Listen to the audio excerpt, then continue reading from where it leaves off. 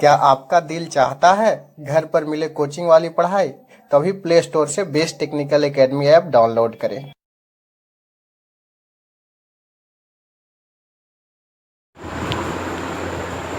Dear student, welcome to best technical academy. मैं हूं engineer विकास कुमार। आज के क्लास में हम लोग पढ़ेंगे मेजरमेंट को हम लोग कैरेक्टरिस्टिक्स पढ़ रहे हैं। ऑलरेडी हम लोग पढ़ चुके हैं इसका characteristics. APLSDDR, A for accuracy, P for precision, L for linearity, sensitivity, इतना कैरेक्टरिस्टिक्स को हम लोग पढ़ चुके हैं। इससे रिलेटेड एग्जाम्पल क्वेश्चन भी हम लोग बहुत सारा सोल्व किए हैं, जो कि प्रैक्टिकल एनालिसिस पर क्या था, बेस्ड था। आज के क्लास में हम लोग पढ़ेंगे डेड टाइम के बारे में पढ़ेंगे। आज के क्लास में क्या पढ़ेंगे छोटू?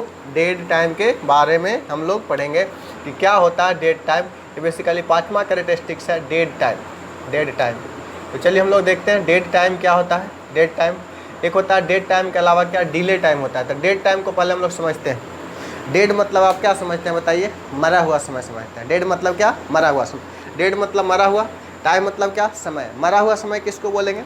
जैसे कि फॉर एग्जांपल हम बात करते हैं छोटू, ये मान लीजिए कि इलेक्ट्रिकल इंस्ट्रूमेंट है, ठीक है। ये इलेक्ट्रिकल इंस्ट्रूमेंट में आप देखिए कि क्या होगा। जैसे आप DPST स्विच क्लोज करेंगे तो यहाँ पर पॉइंटर वगैरह होगा, ये क्या होगा? डिफ्लेक्शन होना चालू होगा। लेकिन हम DPST स्विच क्लोज करने से क्या होगा? इसमें करंट इंटर होगा। करंट कुछ देर में क्या होगा? फोर्स में कन्वर्ट होगा, फिर घूमेगा। लेकिन इसको घूमने में कुछ न कुछ तो समय लगेगा। ऐसा नहीं, मान लीजिए कि फॉर एग्जाम्पल यानी कि मान लीजिए कि 2 सेकंड लिया, 2 सेकंड तक के नहीं घूम पा रहा, तीसरा सेकंड में क्या हो गया? घूम गया। तो आप इसके लिए 2 सेकंड क्या हो गया बताइए?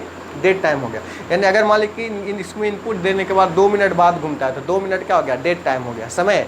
यानी कि डेड टाइम कैसे डिफाइन करेंगे? वह मिनिमम समय जिसमें पॉइंटर डिफ्लेक्शन क्या करता है? स्टार्ट कर देता है इनपुट देने के बाद। The minimum time taken by the instrument to move the pointer from its initial position, जो कम से कम समय लेता है और जितना में कि पॉइंटर मूव करने लगता है, इसको क्या बोलते हैं हम लोग? डेड टाइम बोलते हैं।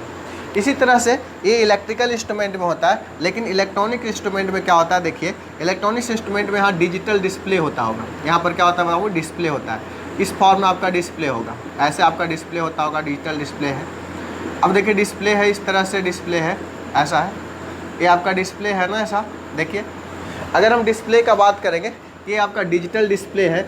अगर मान लीजिए कि कुछ भी इनपुट देते हैं, मान लीजिए कि आपका घड़ी है, क्लॉक है, वो भगभुक घड़ी पहले के ज़माना में था, अभी भी है। या फिर आप देखते होंगे रेलवे स्टेशन पर कुछ डिस्प्ले होता है, तो ऐसा नहीं कि तुरंत भर में डिस्प्ले होता है। प्लेटफॉर्म नंबर 2 डिस्प्ले होता है, तो 2 डिस्प्ले हो रहा है तो कैसा दिखेगा? यहाँ पर एक ऐसा दिखेगा और 2 जो है ऐसा दिखेगा, इस तरीके से 2 या 8 दिख रहा है।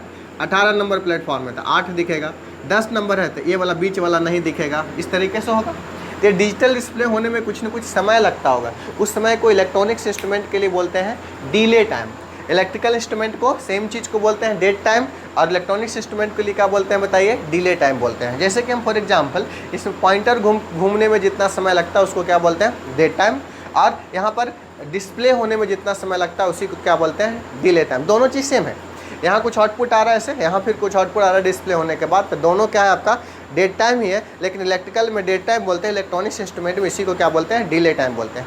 अब आप बताइए हमारा कि डेड टाइम या डिले टाइम कम होना अच्छा है कि ज़्यादा होना अच्छा है? कम से कम होना अच्छा है। जितना जल्दी इनपुट डालेंगे पॉइंटर घूम जाएगा, या जितना जल्दी इनपुट देंगे, सिग्नल देंगे और यहाँ पर आउटपुट डिस्प्ले होगा, उतना अच्छा है। यानी कि dead time of the instrument should भी क्या होना चाहिए? कम से कम होना चाहिए। अब देखिए इलेक्ट्रिकल इंस्ट्रूमेंट में क्या होता है? यहाँ पर एनर्जी कन्वर्सन होता है। इलेक्ट्रिकल एनर्जी कन्वर्ट होता है मैकेनिकल में, देन मैकेनिकल कन्वर्ट होता है फिर किस में? इलेक्ट्रिकल में। लेकिन इलेक्ट्रॉनिक्स इंस्ट्रूमेंट में एनर्जी कन्वर्सन आपका नहीं होता है। ये जो है आपका इलेक्ट्रॉनिक्स इंस्ट्रूमेंट है, डिजिटल डिस्प्ले है। एक ऐसा इंस्ट्रूमेंट है बताइए? इलेक्ट्रॉनिक्स है, ये इलेक्ट्रॉनिक्स इंस्ट्रूमेंट है। ये इंस्ट्रूमेंट कैसा बताइए? इलेक्ट्रिकल इंस्ट्रूमेंट है, ठीक है। एक ऐसा इंस्ट्रूमेंट है, इलेक्ट्रिकल इंस्ट्रूमेंट है। और ये इंस्ट्रूमेंट कैसा है? इलेक्ट्रॉनिक्स इंस्ट्रूमेंट है। तो इलेक्ट्रॉनिक्स इंस्ट्रूमेंट में क्या होता है बताइए? इलेक्ट्रॉनिक्स इंस्ट्रूमेंट में आपका क्या होता है बताइए? डिले टाइम होता है। जबकि इलेक्ट्रिकल इंस्ट्रूमेंट में आपका एक क्या होता है? कम होता है। क्यों? इसमें एनर्जी कन्वर्सन होता है। यानी कि बोल सकते हैं कि इसमें एनर्जी कन्वर्सन नहीं तो क्या होगा? फास्ट इंस्ट्रूमेंट होगा। यानी कि इलेक्ट्रॉनिक्स इंस्ट्रूमेंट जो होता है फास्ट इंस्ट्रूमेंट होता है। क्यों? इसमें एनर्जी कन्वर्सन क्या होता है? आपका नहीं होता है। और ये जो है स्लो इंस्ट्रूमेंट है, क्योंकि इसमें एनर्जी कन्वर्सन आपका होता है। यहाँ तक बात बिल्कुल क्लियर है। तब हम लोग समझेंगे कि आपका इसका डिफिनीशन क्या होगा। डेड टाइम बताइए, आप ही बताइए क्या होगा? The minimum time taken by the instrument, इसका डिफिनीशन होगा the minimum time taken bye taken by instrument, the minimum time taken by instrument to move the pointer, to move the pointer from its initial position,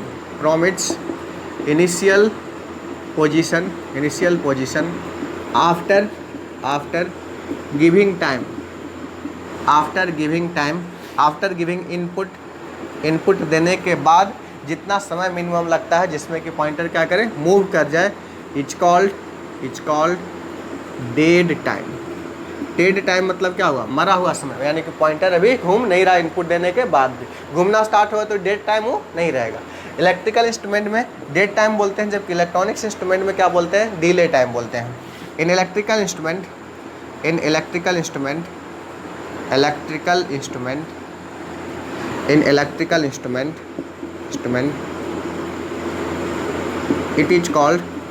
it is called dead time, but in electronics instrument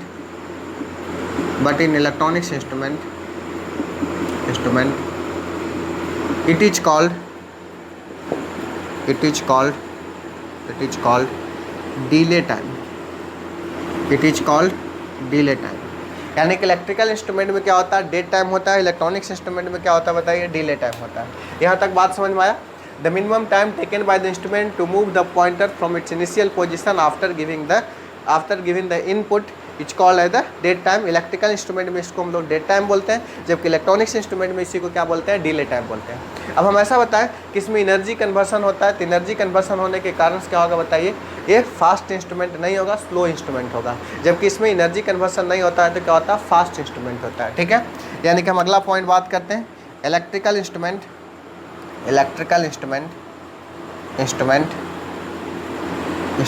are.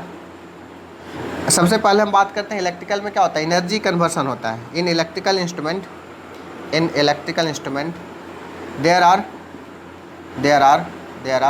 Energy conversion. क्या होगा बताइए, energy conversion होता है, there are energy conversion, इसमें energy conversion होता है। But in electronics instrument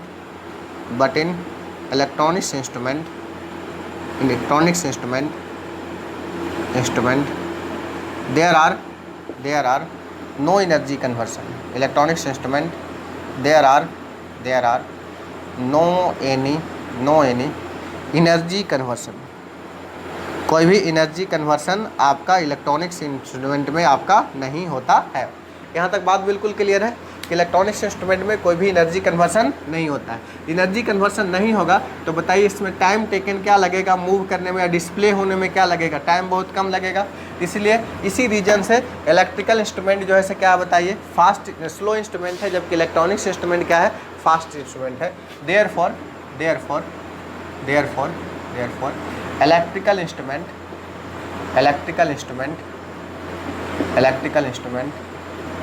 are slow. Electrical instrument क्या होगा, slow, but electronics instrument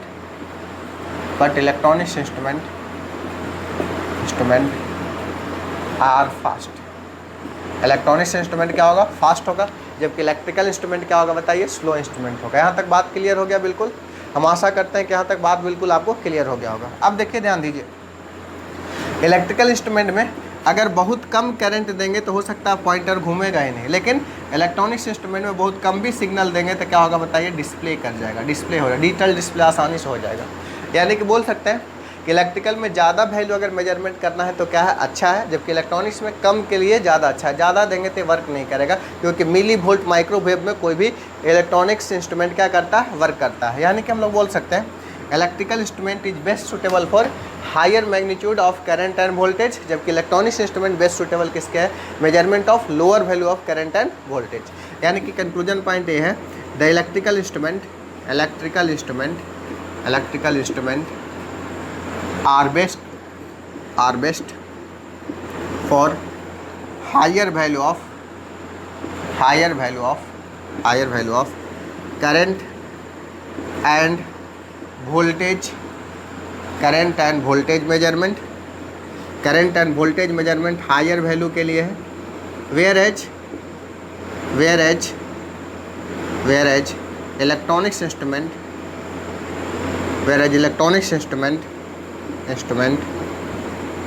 are best suitable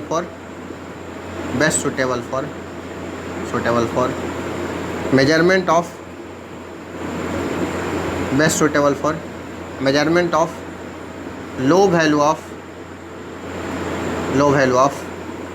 current and voltage,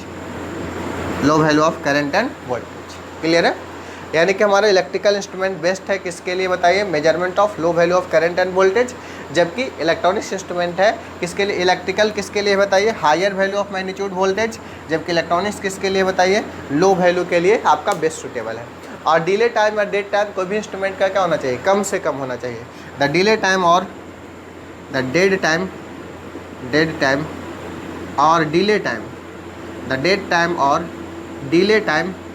time of any instrument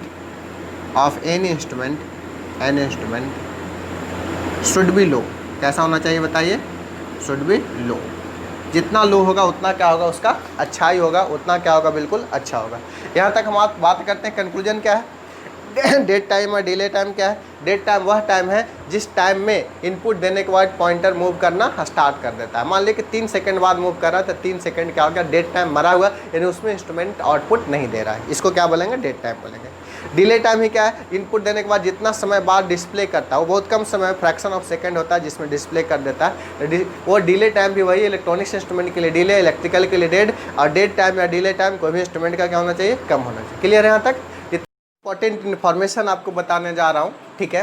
क्या इंपॉर्टेंट इन्फॉर्मेशन है कि जिस तरह से मेरा वीडियो लेक्चर देख रहे हैं, अगर चाहते हैं कि इसी तरह से सारे सब्जेक्ट का फुल सिलेबस वीडियो लेक्चर देखें, जैसे कि आपका 5 सब्जेक्ट है, आपका electrical circuit and network, electrical measurement, applied math, electrical power generation, साथ ही साथ बेसिक इलेक्ट्रॉनिक्स, ये पांचों का वीडियो लेक्चर, और प्लस में सभी का आप चाहते हैं कि पीडीएफ नोट्स भी मिले, सभी का पीडीएफ नोट्स भी मिले, तो आपको क्या करना है, इसके लिए डाउनलोड करना पूरा कोर्स के लिए बेस टेक्निकल एकेडमी का ऐप को डाउनलोड करना है। कहाँ मिलेगा, प्ले स्टोर में मिलेगा, ठीक है।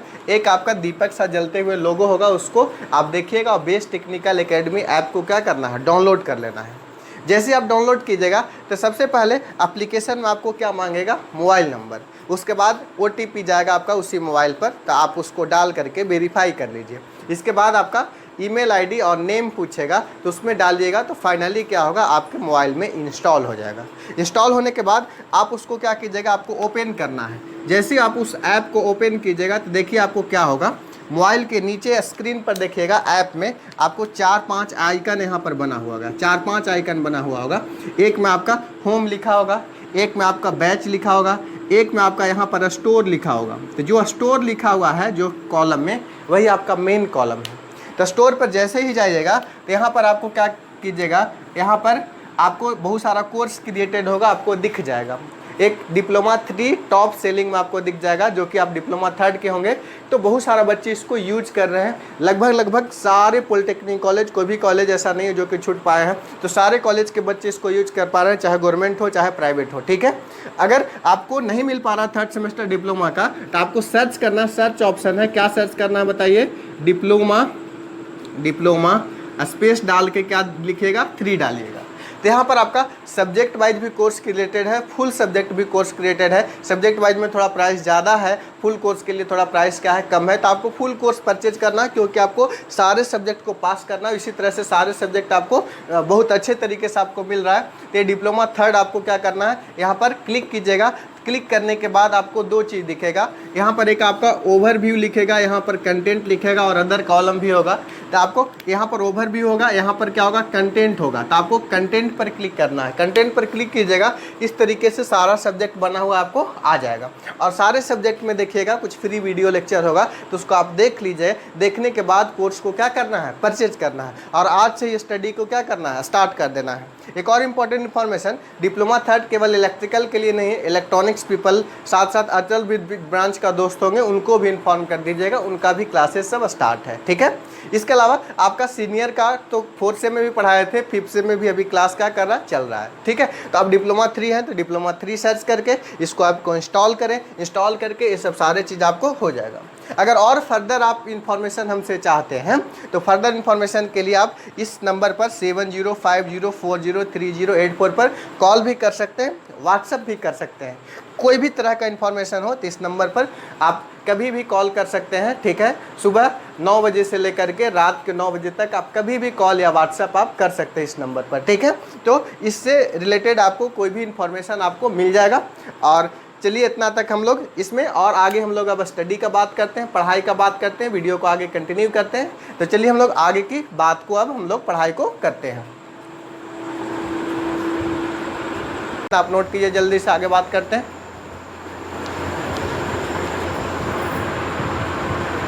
चलिए अब हम लोग अगला बात करते हैं, डेड जोन का बात करते हैं। देखिए हमारा डेड जोन क्या होता है इसके बारे में हम लोग बात करते हैं, ध्यान दीजिएगा।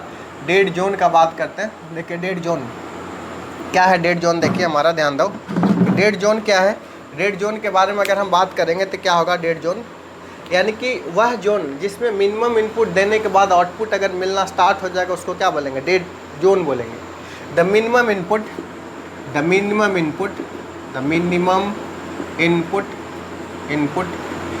बियॉन्ड विच इनपुट, बियॉन्ड मतलब उसके आगे, the minimum input beyond which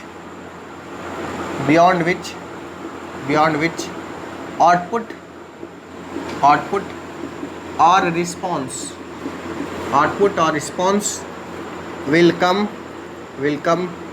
is called dead zone. इसको हम लोग क्या बोलेंगे बाबू, डेड जोन बोलेंगे।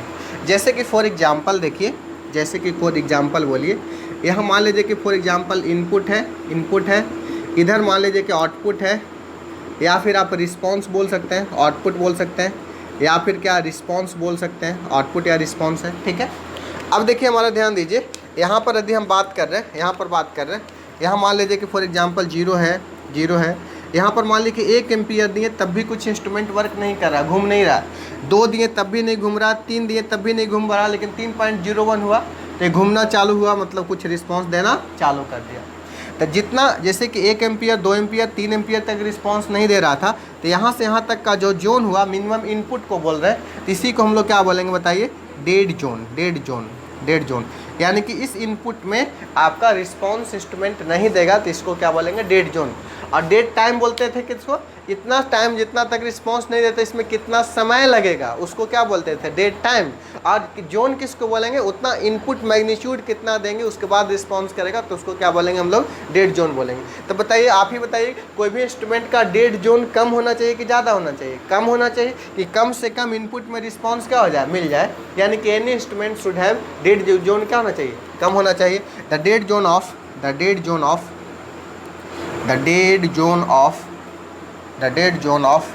any instrument is क्या होना चाहिए बताइए, लो होना चाहिए। एनी इंस्ट्रूमेंट का डेड जोन क्या होना चाहिए, लो होना चाहिए। अब हम इतना बात आप समझ गए हैं तो हम आपको एक क्वेश्चन दे रहे हैं, उस क्वेश्चन को प्रैक्टिकल एनालिसिस के आधार पर बताइएगा हमें। चलिए हमारा क्या क्वेश्चन है, देखिए हमारा ध्यान दीजिए। ऐसा क्वेश्चन है, मान लिया जाए कि आपका 4 कंपनी है, पहले भी हम कंपनी का एग्जाम्पल ले चुके हैं। 4 कंपनी है, कौन कौन सा कंपनी है, ABCD कंपनी है, ठीक है। हमारा 4 कंपनी है ABCD, जिसका आपका कैरेक्टरिस्टिक्स जो है इनपुट आउटपुट थीटा और करंट का जो कैरेक्टरिस्टिक्स है इस तरीके से है। ए कंपनी का मान लीजिए कि आपका इस तरीके से, एक कंपनी है इसका ऐसा है, दूसरा कंपनी का ऐसा है, तीसरा कंपनी का ऐसा है, चौथा कंपनी का ऐसा है।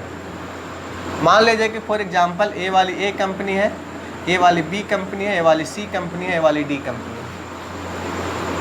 आपका जो कैरेक्टरिस्टिक्स जो है, the input output characteristics is shown in, input characteristics किसका, ऑफ इंस्ट्रूमेंट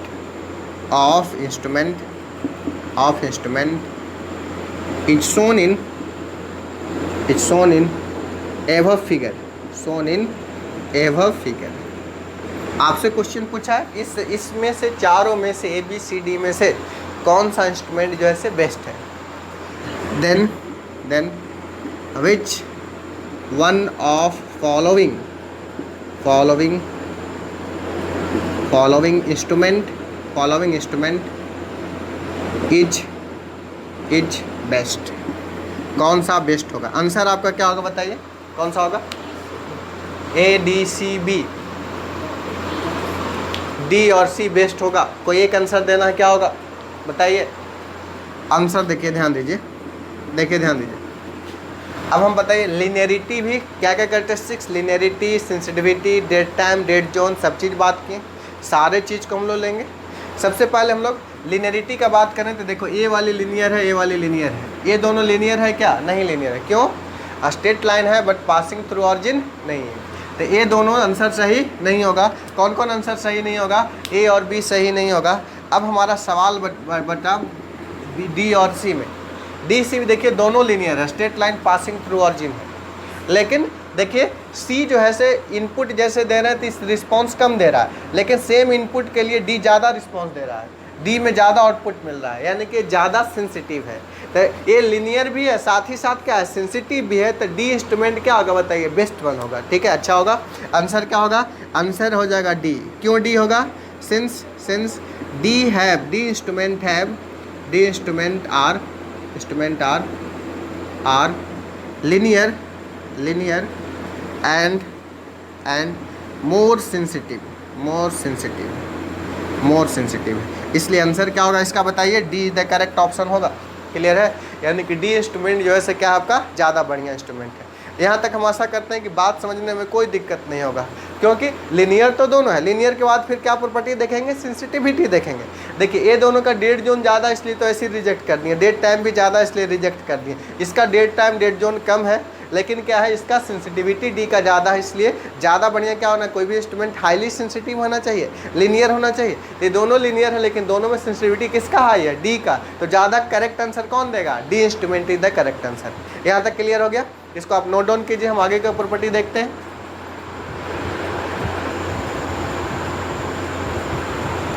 चलिए, एक और हमारा लास्ट कैरेक्टरिस्टिक्स बचा है APLSDDR। रिजोल्यूशन के बारे में हम लोग बात करते हैं। रिजोल्यूशन के बारे में आप अच्छा से जान रहे होंगे। रिजोल्यूशन का हम बात करते हैं, इसको R से, कैपिटल R से डिनोट करते हैं हम लोग। रिजोल्यूशन क्या है? जैसे कि फॉर एग्जांपल आप देखे होंगे ऐसा रिजोल्यूशन, आप ऐसा देखे होंगे। क्या देखें रिजोल्यूशन में? जैसे कि फॉर एग्जांपल आपको मान लीजिए कि सैमसंग का गैलेक्सी 8 मोबाइल है, ऑन8 मोबाइल है, तो उसमें आप वीडियो रिकॉर्डिंग कर रहे होंगे या फोटो खींच रहे होंगे, तो उसमें मान लीजिए कि 16 मेगापिक्सल है। लेकिन अगर सैमसंग का A30 लीजिए आप, हम वीवो का कोई एग्जाम्पल नहीं ले रहे यार, वीवो चाइनीज़ है, चाइनीज़ का हम लोग को क्या करना? विरोध करना, इसलिए हम सैमसंग का बात कर रहे हैं। ठीक है, तो चलिए हम लोग बात करते हैं। अगर A30 का है, उसका मेगापिक्सल देखिएगा तो उसका मेगापिक्सल लगभग आपका 24 मेगापिक्सल के आसपास उसका कैमरा है। तो 16 से 24 क्या है बताइए? ज़्यादा मेगापिक्सल है। तो उसमें जो पिक्चर लीजिएगा तो क्या होगा? बिल्कुल क्लीन होगा, नीट एंड क्लीन आएगा। तो आप क्या बोलते हैं? अरे यार पिक्चर का रिजोल्यूशन बहुत बढ़िया है। यानी कि क्या देख रहे हैं आप? कौन कितना क्लियर दिख रहा है, यानी कि क्लियरिटी के साथ जो दिख रहा है उसी को क्या बोलते हैं? रिजोल्यूशन बोलते हैं। पहले देखे होंगे कि VGA कैमरा आता था, फिर 2 मेगापिक्सल का कैमरा आने लगा। अब देखें अब 30 मेगापिक्सल, 32 मेगापिक्सल, 50 मेगापिक्सल तक मोबाइल में कैमरा आ रहा है। लेकिन रिजोल्यूशन किसका ज़्यादा होगा? जिसमें जितना ज़्यादा क्लियरिटी के साथ फोटो आएगा। यानी कि छोटा छोटा चीज़ को आप, जैसे कि आप बहुत इतना फोटो है, इसको आप कितना भी जूम कर लीजिएगा फटेगा नहीं, यानी कि छोटा से छोटा चीज़ को आप अच्छा से देख पाइएगा। तो क्या बोलिएगा? रिजोल्यूशन कैमरा का क्या बहुत अच्छा। इसी तरह से इंस्ट्रूमेंट का रिजोल्यूशन क्या होगा कि मान लीजिए कि आपको कितना है भी है, 0 से मान लीजिए 200 है, इसमें मान लीजिए कि फॉर एग्जांपल यहाँ 10 है। ये छोटा से छोटा अगर स्मॉलेस्ट से स्मॉलेस्ट डिवीजन को आप नेक आँखों से देख पाइएगा तो क्या बोलिएगा कि इसका रिजोल्यूशन क्या है? बहुत अच्छा है। अब बड़ा तो देख ही लीजिएगा, लेकिन छोटा को देखना थोड़ा क्या है? मुश्किल है। छोटा छोटा डिवीजन को देखना बहुत मुश्किल है। अगर आप छोटा से छोटा भी डिवीजन देख ले रहे हैं तो क्या रिजोल्यूशन क्या होगा? बढ़ेगा। रिजोल्यूशन क्या होगा? अच्छा होगा। यानी कि रिजोल्यूशन का अगर हम ऑनलाइन डिफिनीशन आपसे पूछें कि रिजोल्यूशन क्या है, तो the smallest output that we can detect with our eye with certainty और with clarity is known as the resolution. यानी कि स्मॉलेस्ट से स्मॉलेस्ट डिवीजन को आप अपनी नेक्ड आंखों से सर्टेनिटी के साथ, क्लियरिटी के साथ देख पा रहे हैं, इसी को तो बोलेंगे रिजोल्यूशन। यानी कि रिजोल्यूशन का डिफिनीशन क्या हो जाएगा, the smallest division that we can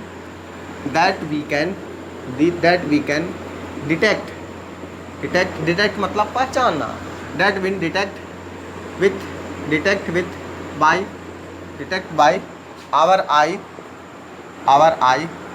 with certainty मतलब कि वही चीज़ है, with certainty और with clarity it's called resolution। इसको हम लोग क्या बोलेंगे, रिजोल्यूशन। यानी कि स्मॉलेस्ट से स्मॉलेस्ट आउटपुट को देख पा रहे हैं। यानी कि आप बताइए हमारा कोई भी रिजोल्यूशन क्या होना चाहिए, कोई भी इंस्ट्रूमेंट का कम होना चाहिए कि ज़्यादा होना चाहिए, ज़्यादा होना चाहिए। The resolution of any instrument should be high so that we may not lose accuracy. यानी resolution is also supporting characteristics of accuracy. Vikas Kumar is also supporting characteristics of accuracy. Clear. अब देखिए हमारा ध्यान दीजिए कि कोई भी इंस्ट्रूमेंट का रिजोल्यूशन क्या होना चाहिए, बताइए ज़्यादा होना चाहिए, जिससे कि एक्यूरेसी हम लोग को क्या मिले, ज़्यादा से ज़्यादा मिले। यानी कि the resolution of instrument, the resolution of an instrument should be high so that we may not lose accuracy, we may not lose accuracy।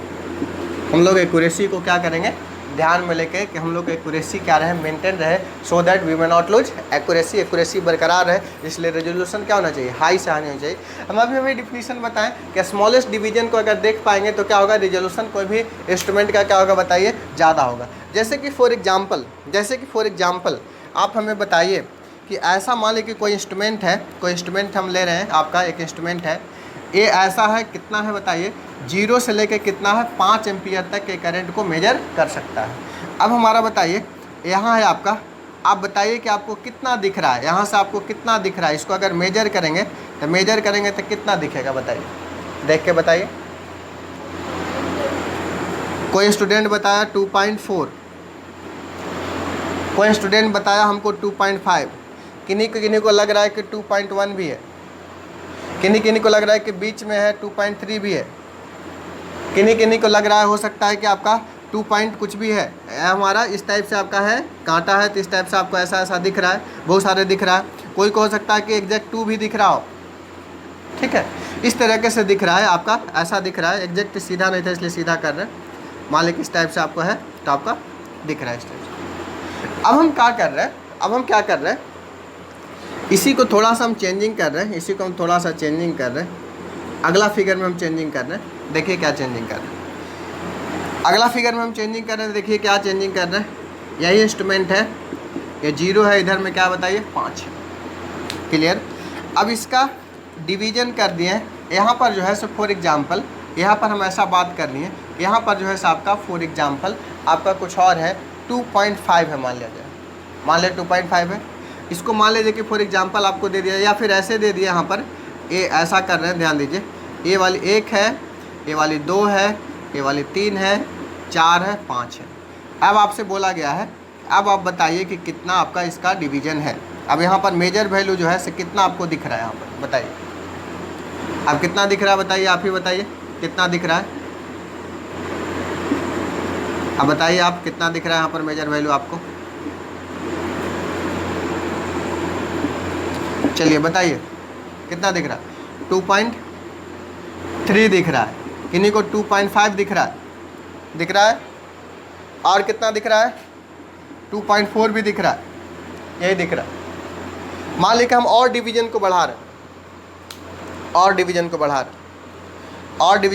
हैं, देखिए ऐसा है, ये हमारा 0 है, ये कितना 5 है, ये ऐसा है, आपका ये 1 है, 2 है, 3 है, 4 है, 5 है, ऐसा है।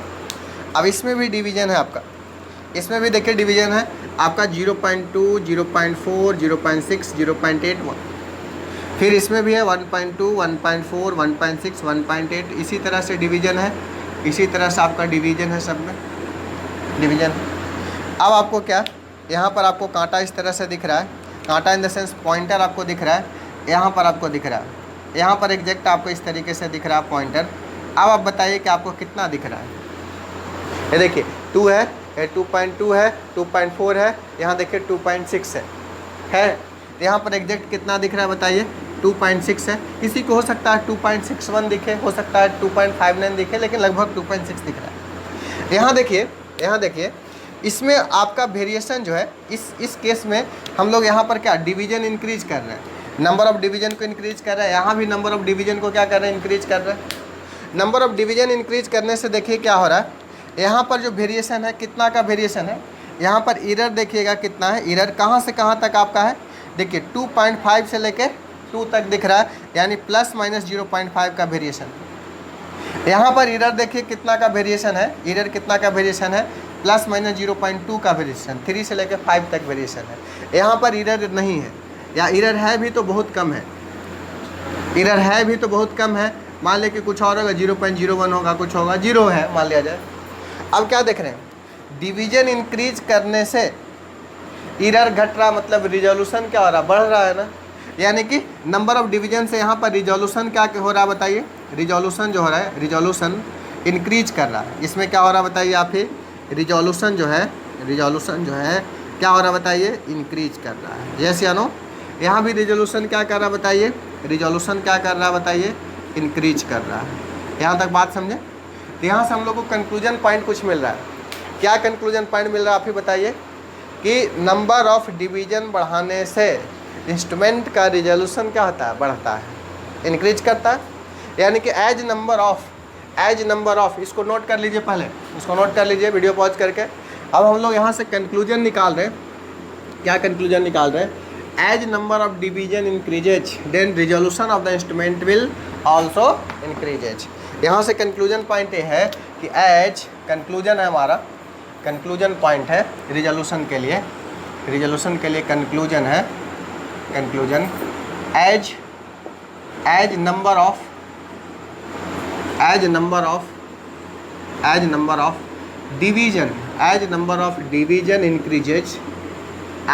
Division increases, then resolution of instrument will also increases, then resolution of an instrument will also increases, resolution of the instrument will also increase करेगा। कब, जब रिजोल्यूशन को हम लोग नंबर ऑफ डिवीजन को बढ़ाएंगे। यानी कि रिजोल्यूशन का जो फार्मूला हो जाएगा, क्या हो जाएगा बताइए, रिजोल्यूशन का जो फार्मूला हो जाएगा, देखिए ध्यान दीजिए, रिजोल्यूशन का जो फार्मूला हो जाएगा, फुल स्केल रीडिंग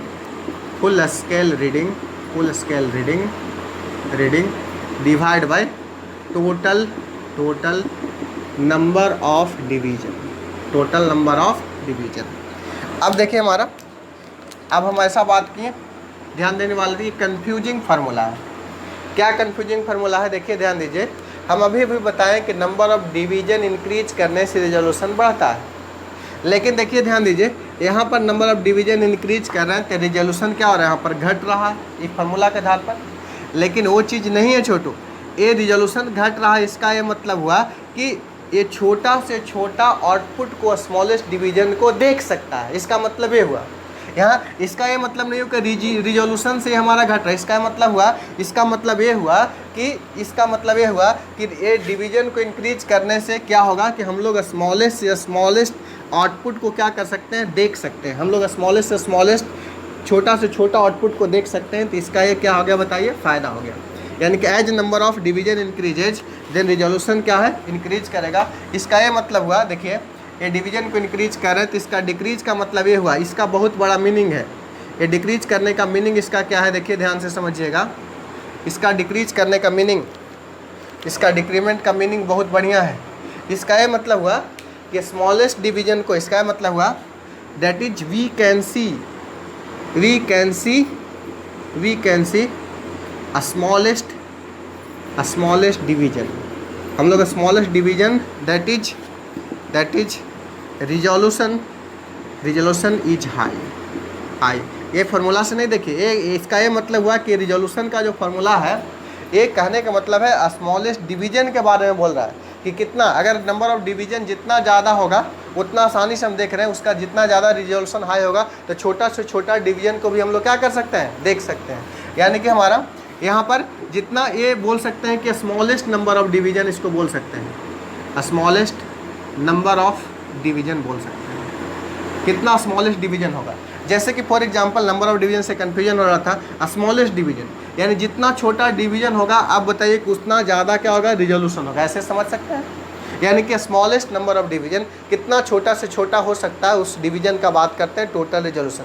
ये हमारा घटेगा तो ऑटोमेटिक है कि ऑब्वियसली क्या बढ़ेगा, आपका कोई कन्फ्यूजन नहीं होगा। यानी कि हम लोग स्मॉल से स्मॉल नंबर ऑफ डिवीजन को क्या कर सकते हैं, देख सकते हैं। जैसे कि कोई पिक्चर होगा, फोटो होगा, उसको आप रिजोल्यूशन अगर बहुत ज़्यादा उसका होगा तो कितना उसको जूम कीजिएगा तो फटेगा नहीं, छोटा से छोटा चीज़ को आप बड़ा करके देखिएगा तो क्या होगा, बहुत ही अच्छा होगा। यहाँ तक बात बिल्कुल आशा करते हैं कि आप समझ गए होंगे। ये रहा हमारा कैरेक्टरिस्टिक्स ऑफ द इंस्ट्रूमेंट, जो कि बहुत ही इंपॉर्टेंट टॉपिक है, इसको बहुत अच्छा से देखना है। इसमें बहुत सारा 4-5 लेक्चर ऑलरेडी कैरेक्टरिस्टिक्स का हम बनाए हैं, तो 1 बाय 1 करके सारे लेक्चर को देखिए, इसके पहले वाला कोई भी लेक्चर को नहीं छोड़ना है, सब बहुत ही इंपॉर्टेंट लेक्चर है, ठीक है। यदि आप मेरे यूट्यूब चैनल पर देख रहे हैं तो इसको सब्सक्राइब करना ना भूलें, दोस्तों को शेयर करें और कोर्स को ज्वाइन करें, ठीक है। Thank you all, have a nice day.